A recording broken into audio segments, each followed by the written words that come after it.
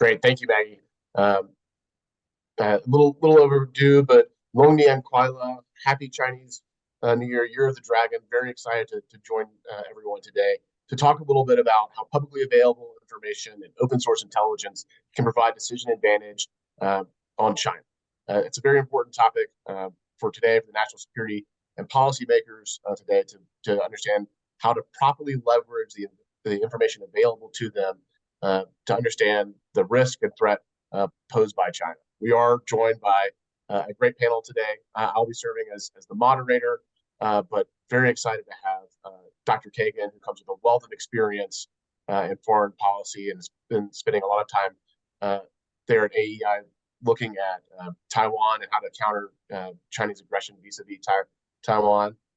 Admiral Becker is distinguished, has a wonderful naval career, including, of course, his time as the director of the Joint Staff J2, where he oversaw a number of intelligence and national security challenges, including those in the Asia Pacific.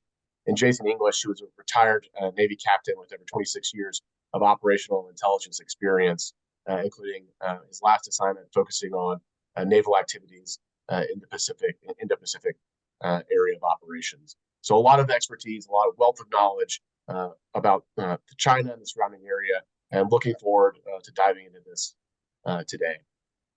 I'd like to start by looking at China's accelerating activities across the globe that span the DIME spectrum. Admiral Becker, why don't you start us off with a quick overview of what we mean when we say DIME, and then how it applies to China?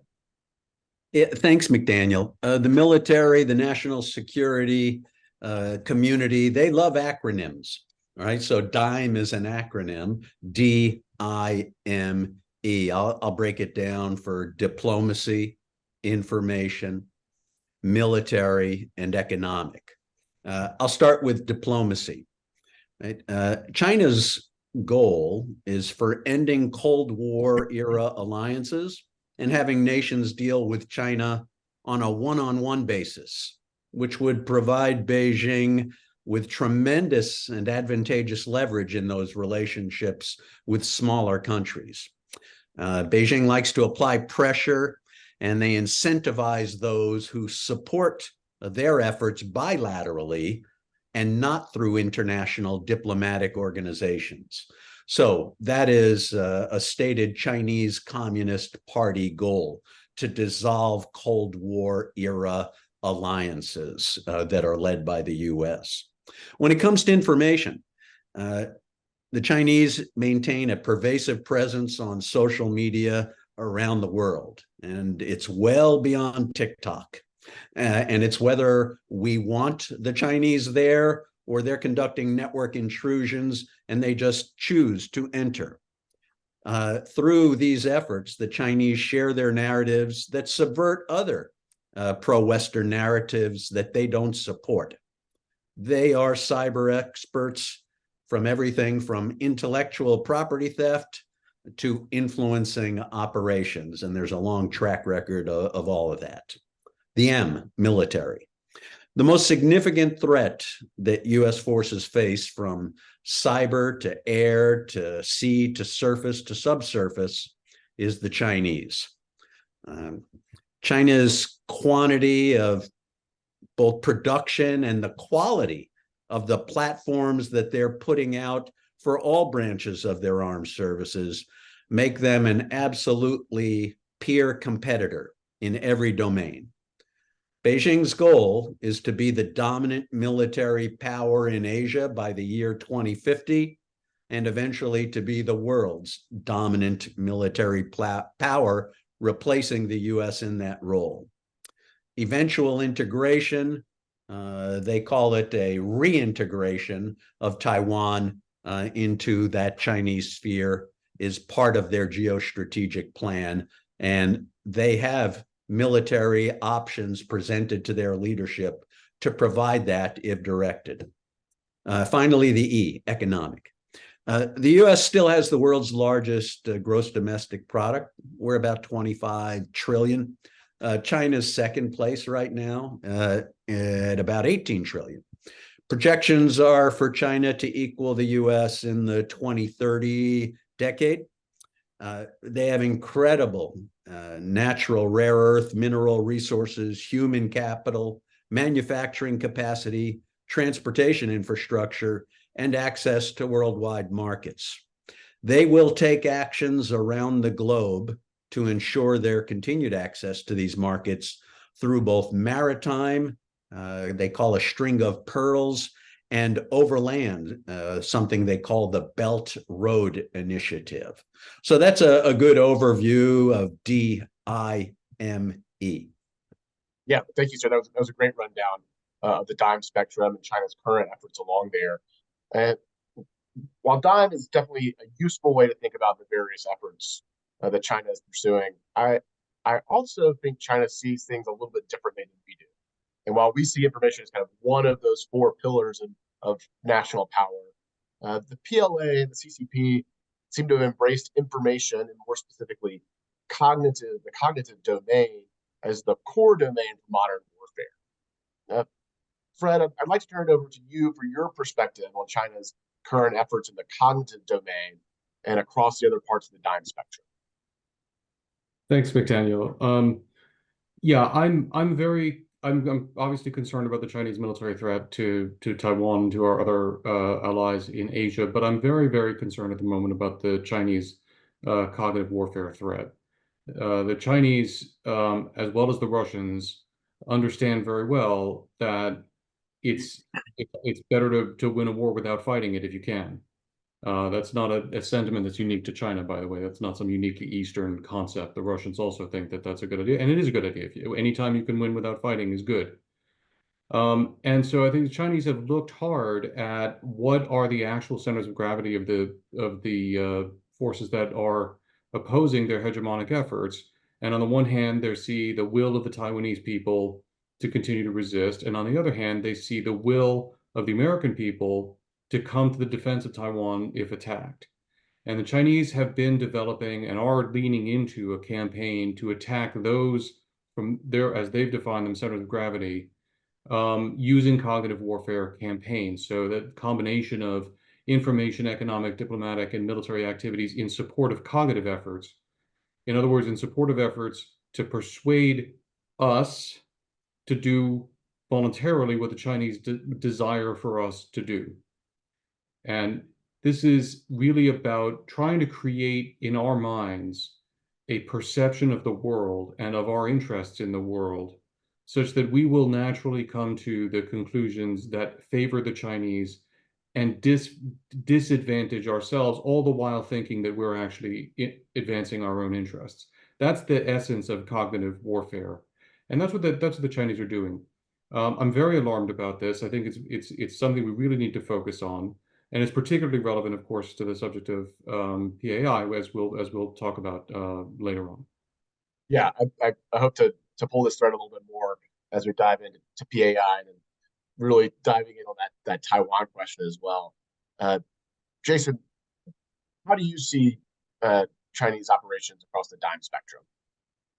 Yeah, I certainly echo the comments of my colleagues here, and I think looking across it in the proper context is important here. And that context is that the overall end state, the goal of China is to really revise the entire and the current international order to their end and regain their position, what they believe is their position of preeminence, their historical position.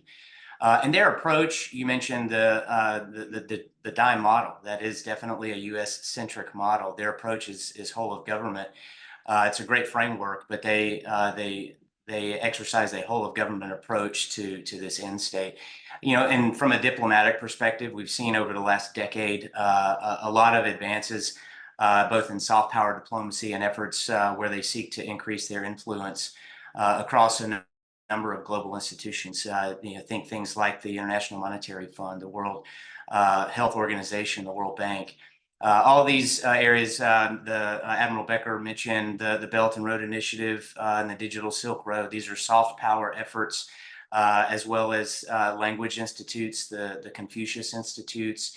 Health diplomacy is something that has been really active, certainly after the aftermath of COVID. In areas like that, they've exercised those areas. Information, Dr. Kagan mentioned the cognitive warfare. We've seen this manifest itself in a number of different ways, whether it's the sophistication of their misinformation or disinformation campaigns, the enactment of tighter data and privacy laws, or increasingly advanced surveillance technologies. From a military standpoint, I've had the opportunity over the last half of my career to watch China's military modernization efforts at a very rapid pace. They have stated goals by 2035 to be a fully modernized force, and by 2049 to be a world-class military, and they are marching steadfast in that. They've already got, from a numerical perspective, the largest Navy and the largest Army in the world. Navy with over 370 ships. They've got the second largest Air Force.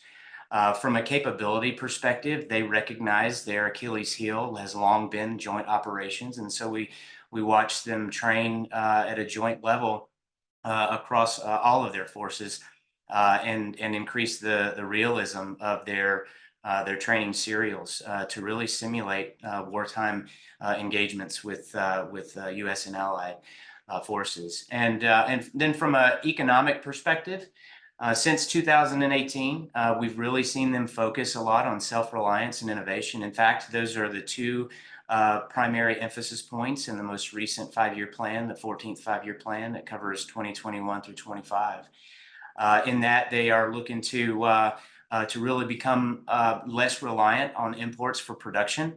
And they're definitely learning from things like our trade restrictions and financial sanctions that were put in place, not just in the aftermath of the Russian invasion of Ukraine, but also most recently with the critical technology sectors. That's great. Thank you for that rundown, Jason.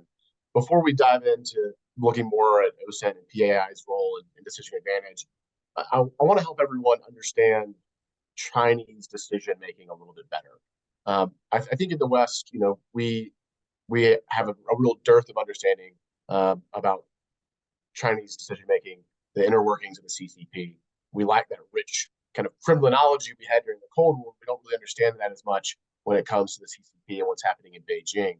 And in fact, I think we tend to romanticize Chinese decision making a little bit. We titled our webinar, "The Year of the Dragon," and how much does this Eastern influence really weigh into Xi Jinping's mindset? And I think it'd be helpful, Fred, if you could help us understand, how does the CCP, how does Xi Jinping in particular make decisions? What goes into his thought process? As much as you can get into the mind of Listen, if I knew that, I wouldn't be talking to you.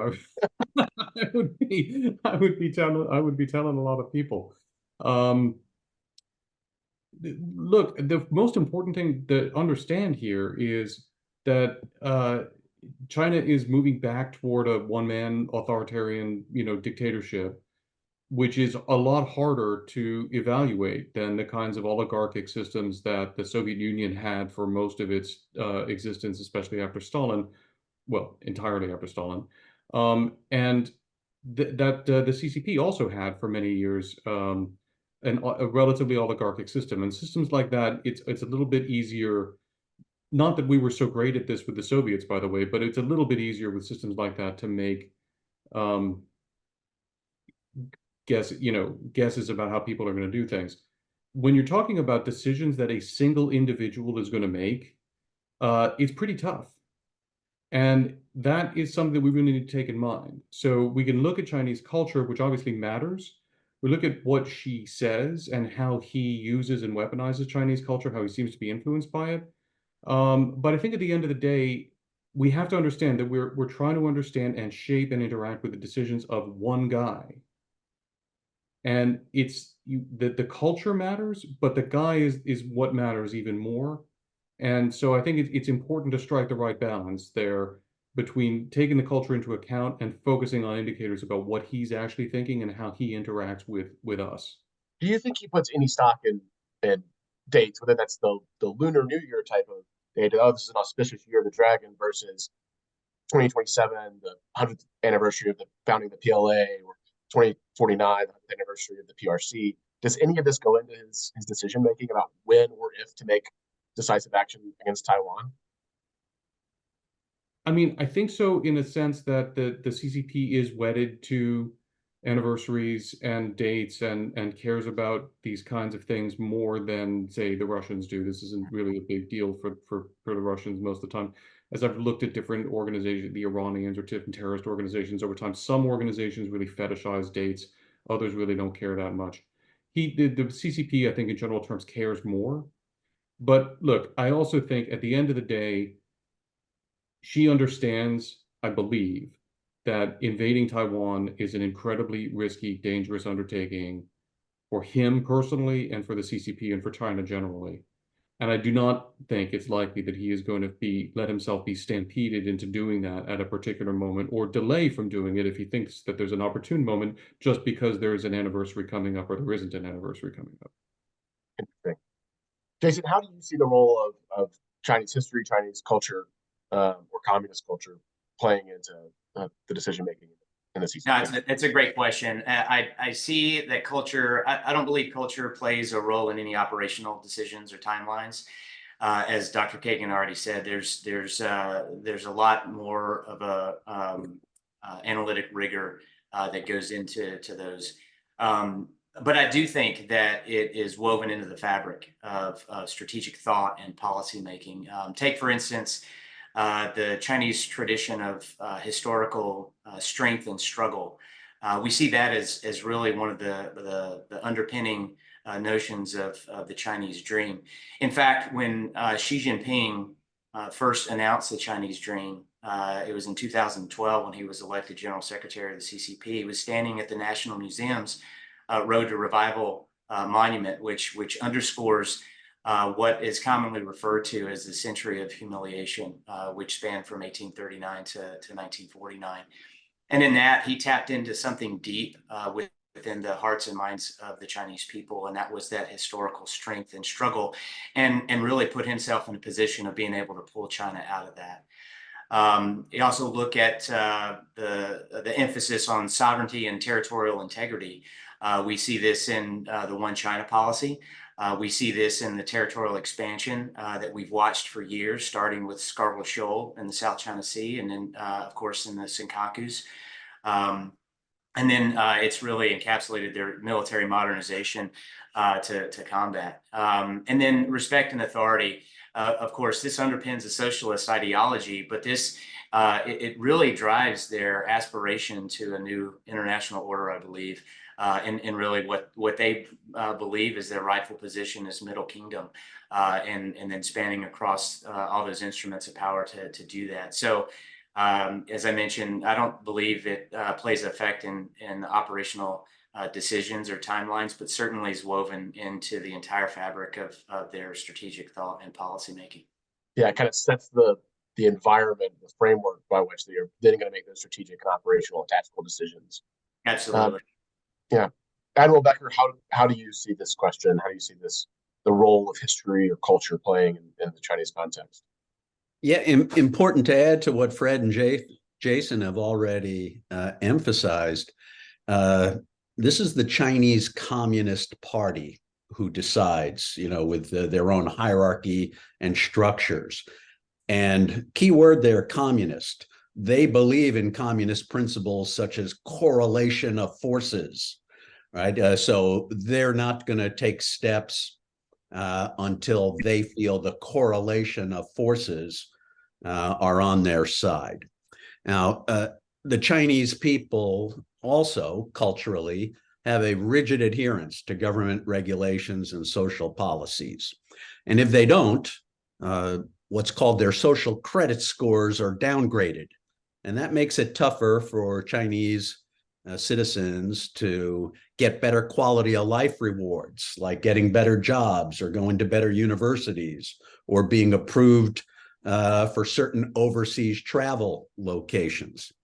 For example, I was recently in Shanghai, and I remarked to the Chinese host that despite the traffic everywhere, and Shanghai's a combination of the New York City financial district plus the Silicon Valley IT, hub of the country. And there were just incredible amount of vehicles on the road, but everything was so quiet.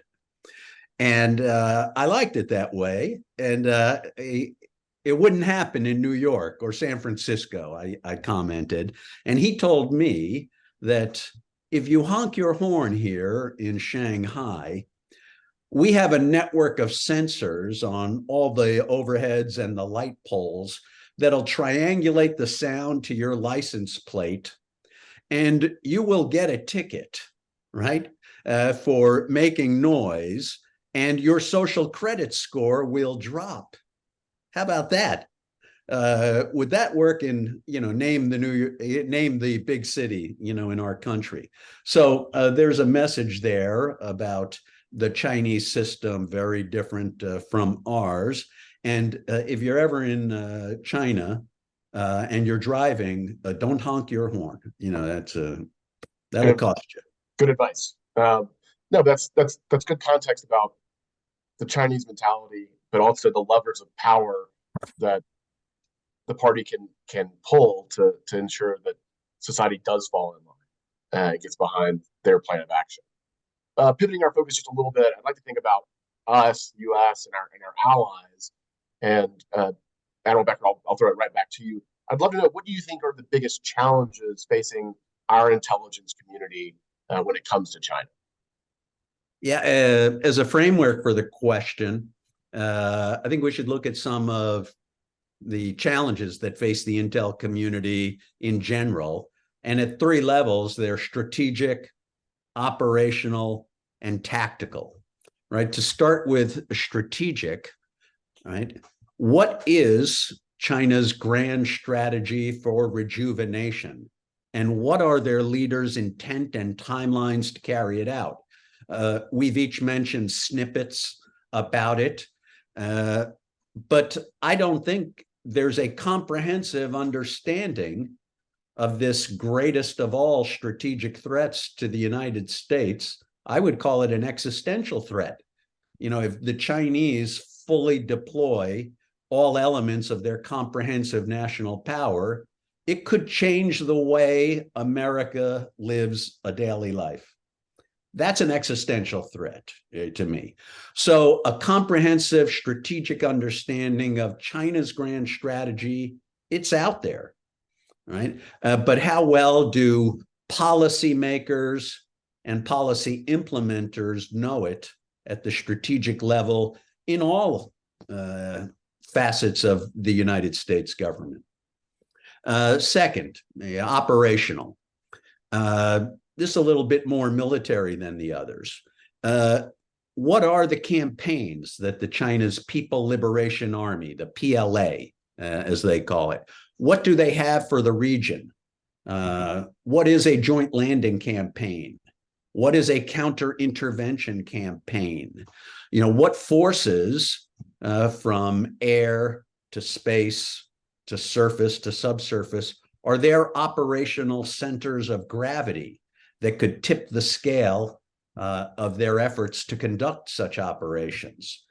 Sailors in the Pacific that are there for multiple tours know that, but others who are just showing up on occasion don't. So we need a better understanding across all elements of the military. It's not just a Navy fight. This is Air Force, Marines, Army, and others as well. And finally, at the tactical level, I think individual platforms.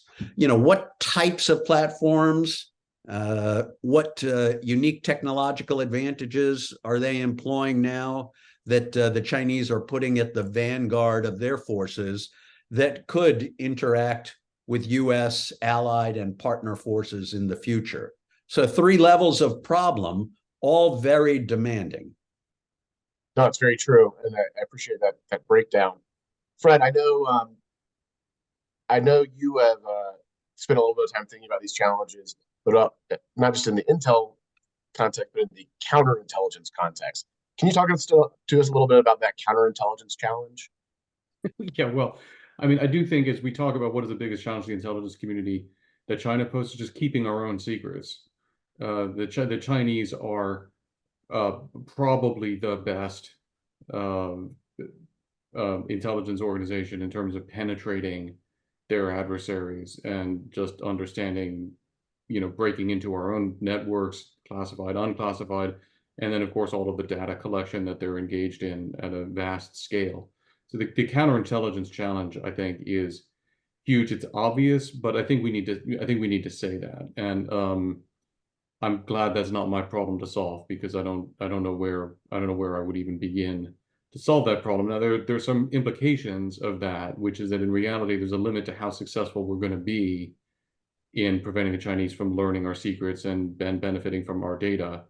And then you get into what I've learned through interactions with the cybersecurity community becomes a different priority, which is figuring out what secrets actually really matter and recognizing that they're going to get a lot of secrets, and you need to focus on keeping them away from the ones that would be most damaging for them to get. But that's still going to be a very, very daunting undertaking. Yeah, they are certainly constantly probing and going after the crown jewels, and have had great success. The other side of the question on the intel side, how you mentioned cognitive campaigns earlier, and how do we, or how does the intelligence community look for and recognize indications of a cognitive operation? So this is something that I think we've seen play out with the Russians over the last few years in a very interesting way that's given us a lot to think about, and that I'm trying to bring lessons and observations from what we've seen with Russia into this as well. It's the operational level is not just a level of military operations. It's also there's a level of coordination of cognitive campaigns too. And one of the arts of designing a good cognitive campaign is trying to prevent the enemy from figuring out that there's any cognitive campaign at all. And so part of what the Chinese do and the Russians do is they run information operations that are meant, first of all, a lot of them are meant not to look like information operations at all. And then second of all, they're meant to look, if you figure out that they're information operations, like one-offs, like they're doing this information operation for this thing. And what we've seen with the case of the Russians and also with the Chinese is that our adversaries are capable of putting together a whole bunch of information operations supported by military activities, supported by economic activities that are actually all parts of a coherent campaign. And we see each individual part of the elephant as a thing into itself, and we don't recognize that there's actually a whole cognitive campaign underway. That's, I think, the biggest challenge that we have there, is just recognizing what campaign a given cognitive effort is a part of. But beyond that, and I think in some respects more significant a challenge for the intelligence community is some of these campaigns are decades long. And our systems are not well set up to recognize decades-long information operations, decades-long cognitive campaigns. The fact that we today are continuing to have discussions about whether Crimea is or is not, or should not be a part of Ukraine based on all kinds of stuff, is the evidence of the success of a decades-long Russian information operation to persuade us that there's something distinctive about Crimea that requires discussion. And there are parallel efforts that the Chinese have been engaged in as well. These are very hard to recognize because they take place so gradually over such a long period of time, but they're very profound. Yeah, very similar to the case with Russia and Crimea. China has steadily been moving the goalposts on Taiwan since we normalized relations in the 70s. We haven't changed our stance; they've changed their stance, and in so doing, we all of a sudden think we've always recognized that. Well, yes, China is part of, or Taiwan is part of China, and we've always agreed to that. That is, I think, maybe the easiest long-term cognitive campaign to recognize, but just one example. Jason, where do you see the biggest challenges here for the IC and the intelligence community? Yeah, well, first, I think, I agree completely with my colleagues wholeheartedly with their assessments. I also think the greatest challenge is in asymmetric warfare. And by that, I mean, it really raises the noise floor for the intelligence community, and it makes it harder and harder for us to detect the signal. I say that in the context of a term that we've been using. I say we, the collective we of defense industry, decision advantage. The decision advantage, the idea of decision advantage is getting the right information to the right person at the right time, right? And when we look at it in the context of the U.S. intelligence apparatus, the goal is to provide that unambiguous warning at those levels that Admiral Becker mentioned, the strategic, the operational, the tactical levels. But decision advantage is a distinctly military concept, and I think the thing that's important to note is that the threat from China, it transcends just the military. It's ubiquitous and it's asymmetric. It's a threat to our economy with intellectual property theft, technology transfer, corporate espionage, currency manipulation. It's a threat to our technology. Take, for instance, the universe of 5G technology. The 3GPP is the technology standards body that governs all of the technical specifications for 5G technology. Within that body, there are 16 functional working groups that cover everything from networks to hardware to software to APIs and interfaces and protocols. As of about 2 weeks ago, because I checked, the 11 of those 16 working groups were either chaired or co-chaired by employees of Chinese state-owned or state-controlled enterprises.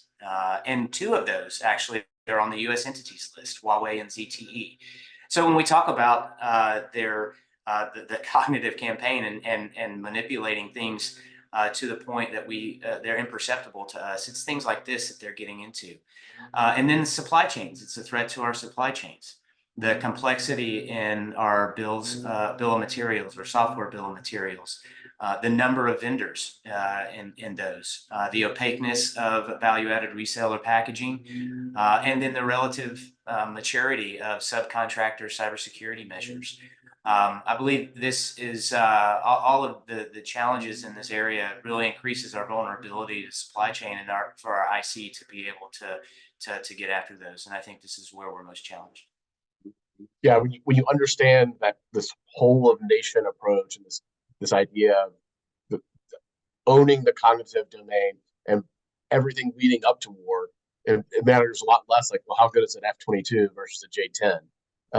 And I think this is really important for us to understand that we need to start winning the battle now. And I'd like to think a little bit about how can we start leveraging PAI and CAI, commercially available information, to better understand China's intentions.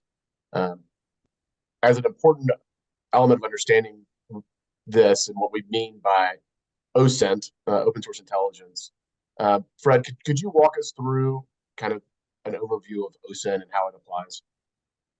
Sure, and thanks, McDaniel, for giving me a chance to ride my hobby horse a little bit. If you call it OSINT, you don't really understand what it is, because OSINT, open source int, implies that it's an int like other ints, like imint or humint or sigint, which are specific kinds of tradecraft applied to particular kinds of information that come in from particular kinds of sources. And the thing is that publicly available information, PAI, commercially available information, CAI, they provide data that is like all of those other ints. The difference is it's not classified. So the issue is that OSINT is fundamentally about the classification level more than anything else. And that's the first thing we need to understand. So I run an all source OSINT team, if you like, at the Critical Threats Project where I work. I'm partnered with another one at the Institute for the Study of War. And we do all source intelligence. We have access to satellite imagery. We perform that kind of imagery analysis. We have access to different kinds of things that one might regard as SIGINT in different kinds of ways. We're not listening to anybody's cell phones, but there are equivalents of all of that sort of stuff. And then we get huge amounts of publicly available information from social media, from newspapers, and so forth.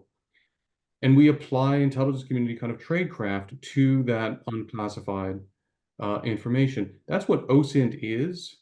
But the key thing is not to see it as a specialty within intelligence, but rather to see it as an all-source discipline that uses unclassified information. I think it's important to understand, on the one hand, how much you can get out of PAI and CAI, but it's also important and critical to understand there are still lots of really important things that you can only get from exquisite intelligence assets. And this is really important, because one of the things that I find myself alarmed about every now and then when the people in the intelligence community rightly get interested in and excited about using OSINT and incorporating more OSINT, is that the intelligence community is going to have to find a good balance between taking advantage of what is available in the open source and ensuring that it can allocate its unfortunately too limited assets to the exquisite intelligence that only it can perform. I think there's a balance there. I think there's a tension. And I think it's not I think we're all still collectively working through that. No, I think that's a great point. The wealth of information that is out there demands we go beyond kind of traditional intelligence means. And we have to recognize that just because it doesn't have a classification next to it doesn't mean it's not valuable. It's really important that we equip people with, one, the data and the tools to exploit this publicly available information, but also the tradecraft to properly search and analyze and say, just like we went for exquisite means, this is valuable information. Well, I'm going to put less stock in this. Admiral Becker, how do you see the application of PAI or CAI across the military or intelligence community? Sir, you are muted. I knew it happened at some point. One of us was going to do it. Yeah, you may have seen I've been coughing a bit, so I was protecting the audience from the noise of my germs. It gets back to the core definition, of intelligence itself. There are longer, fancier ones, but here's a good one. Intelligence is finding out what your enemy doesn't want you to know, period. You can apply it in statecraft, in military operations, in business. Coca-Cola wants to know what Pepsi-Cola is up to, right? Washington wants to know what Beijing is up to. So it applies in a commercial sense as well as a military sense, and in any functional geographic field as well. You can't do everything. And we have finite resources, right? So there has to be a focused effort on what we want to know and needs to be prioritized. It's understanding the threat, right? The risk, and the three other pieces, according to a maxim from General Colin Powell. What do you know? What don't you know? Right? And what do you think? Right? And there's a delta. Right? There's a gap between the three, so it's important whether it comes from OSINT or exquisite sourced intelligence to explain the difference, between the three of them, and that has to be part of decision making. The risks that are involved in each of those. With regard to Fred's earlier point about counterintelligence. Whenever you're making an analytic assessment against an adversary, you must also always consider, what does the enemy want me to think? This information fell into our lap. We now have the golden key to unlock their secrets, or so we think. Was it a plant by the enemy? And that's the art, of counterintelligence and spycraft as well. And be careful if you're obtaining answers too broadly under the umbrella of OSINT, because it's publicly available, right, as the acronym PAI implies. But just because it's publicly available and you can get a whole bunch of it, right, that doesn't mean that that's your best intelligence. It just means the quantity is the highest.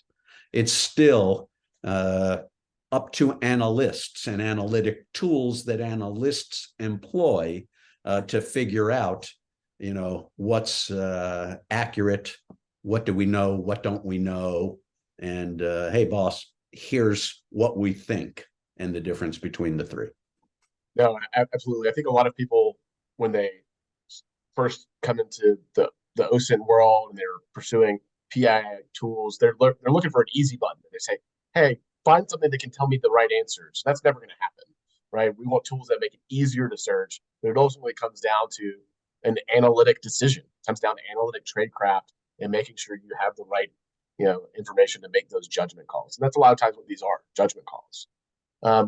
Jason, from your perspective, what is the value of PAI, CAI in decision making and decision advantage?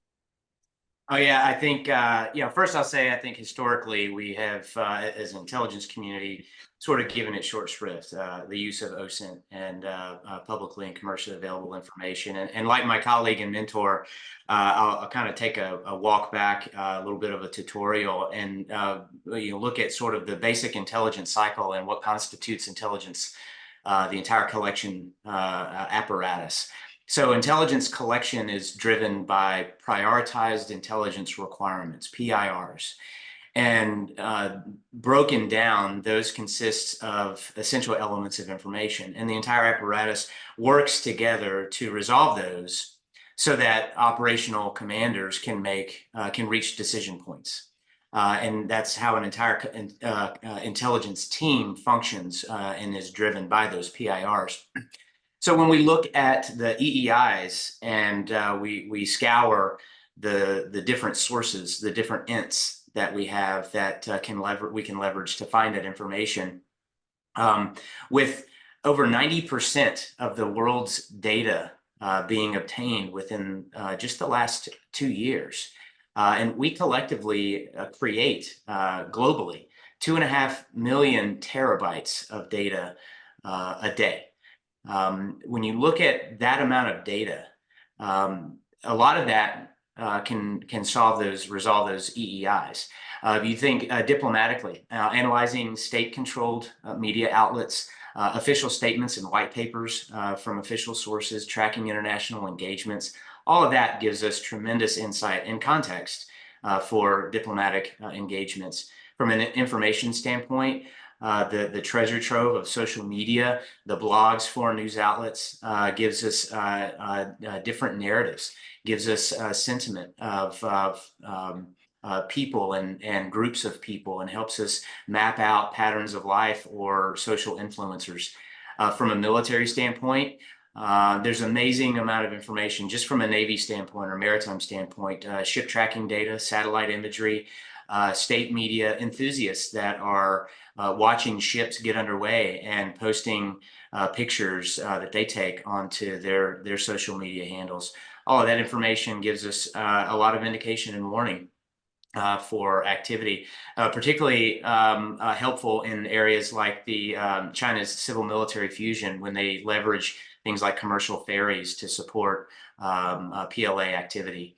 And then economic, looking at trade data, foreign direct investments, different technology research papers, areas like that give us insight into priorities, R&D priorities, technology, defense priorities for our adversaries.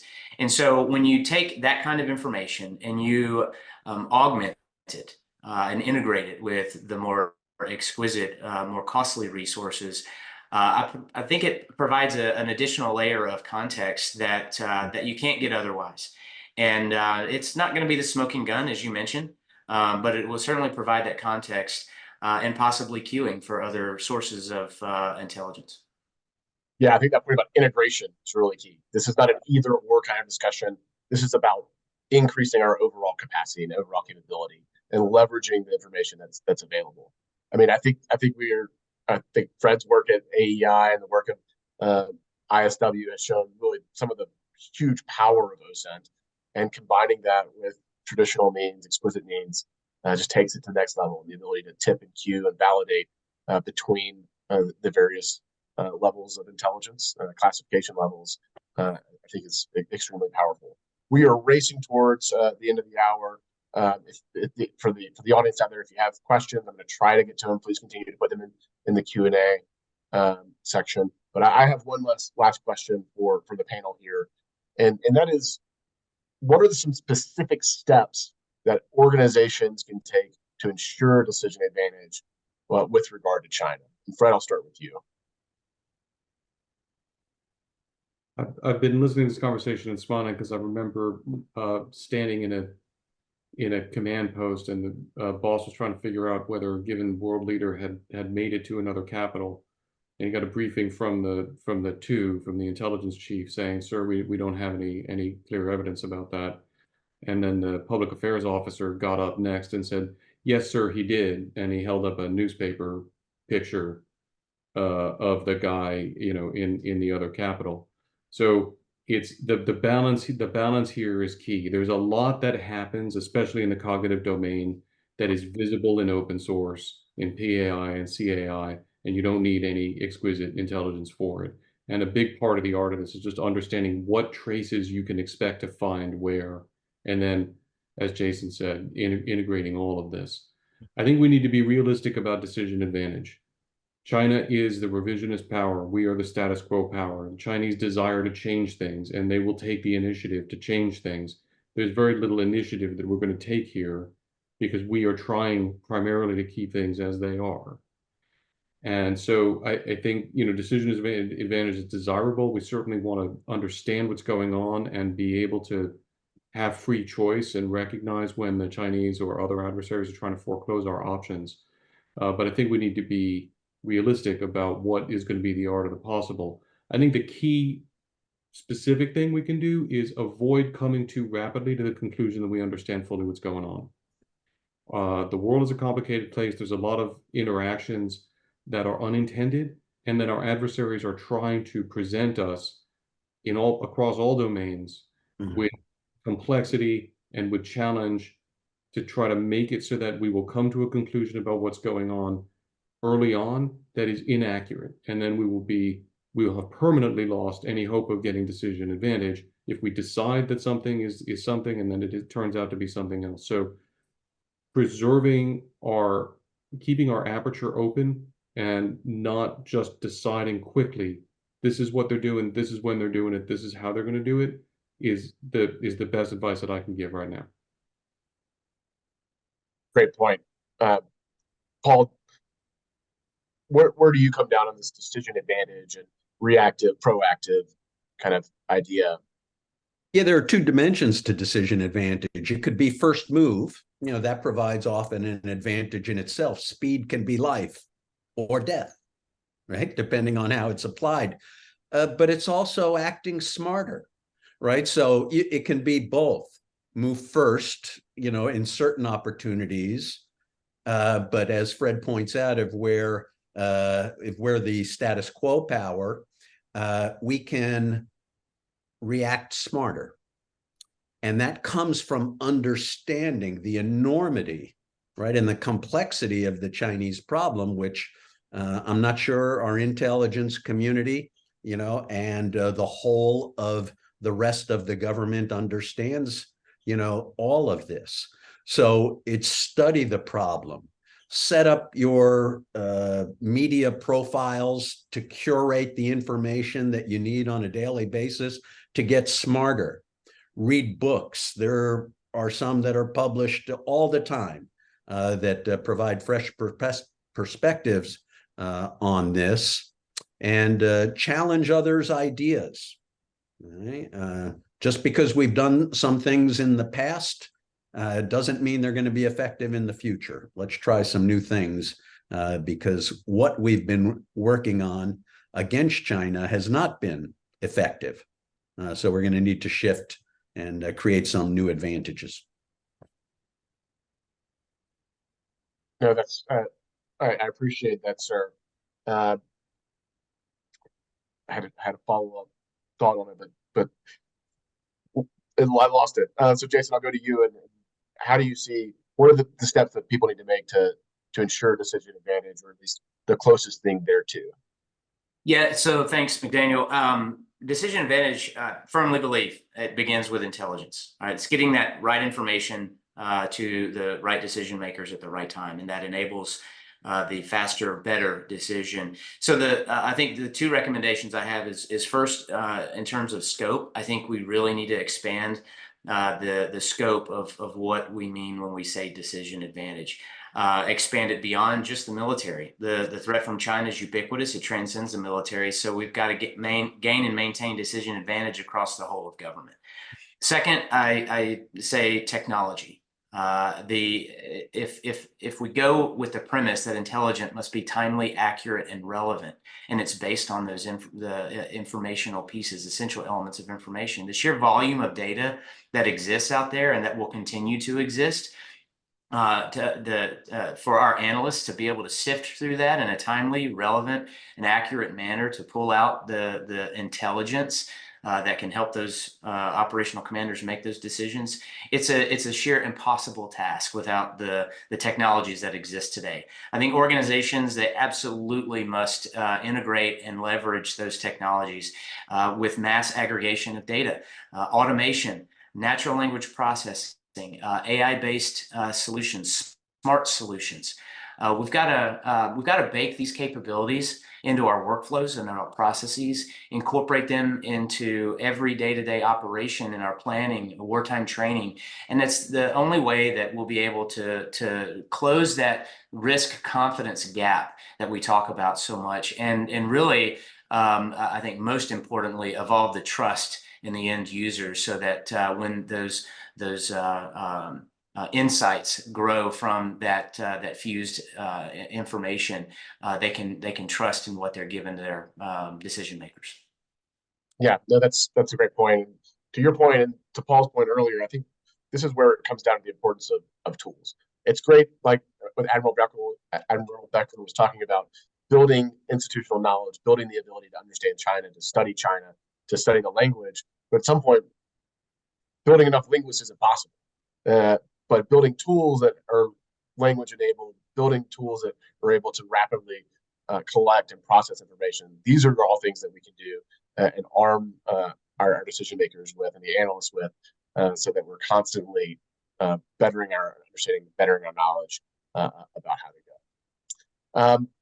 We have just a few minutes left, and there have been several questions, and so I'm going to try to summarize a few of them kind of up into one neat question, which is, how do we overcome the challenges of China's increasingly restrictive data environment? They understand the importance of the cognitive domain. They also understand it can be a weakness. So we're a very open culture and everything's out in the open. China hides behind their great firewall. How do we overcome that? And then also, what do you see as the best applications of PAI, the types of decisions and realizations we can make from PAI versus more exquisite intelligent needs? And Fred, I'll kick it over to you first. Either or both of those questions. Yeah. Look, part of it is that the kinds of questions that you can answer with PAI and CAI are going to change depending on the information environment that you're operating in. So the first thing is you have to recognize, and we constantly are asking ourselves in our team, of the activities of the PIRs we're trying to answer, what traces would they leave that we could see in the open source? Because the thing that if you're trying to get the memo off of Xi's desk, which is the op order for the invasion of Taiwan, first of all, our intelligence community track record of doing that is kind of limited, but you're certainly not going to do that with PAI, right? But if you are expecting, even in this case, if you're expecting a Chinese invasion of Taiwan, well, you're going to see at a certain point, you're going to see a whole bunch of big boats and a whole bunch of little boats start tying up at docks, and you're going to see a whole bunch of little guys getting on the little boats.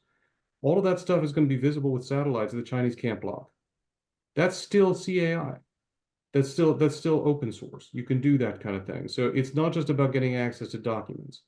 Now, even on the realm of getting access to documents, again, these are the kinds of things you want to think about.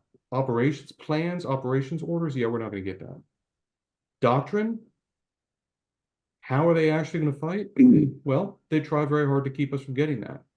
The thing is, though, they have a problem too. And their problem is that if they're actually going to teach doctrine meaningfully to their, multi-million man armed forces, there are going to have to be a lot of copies of some of this stuff. And that gets you into the realm of grade literature. And then there are people who make a specialty of getting access to grade literature and so on. In other words, it's about thinking about what you're not going to get, what you're really not likely to get, thinking about what you can get, and then being creative about pulling all of that together. And in the case of an open source intelligence team, you say, okay, this is how far we can get with open source. And now we can tee that up, and the intelligence community with access to other resources, they don't have to chase what we can find.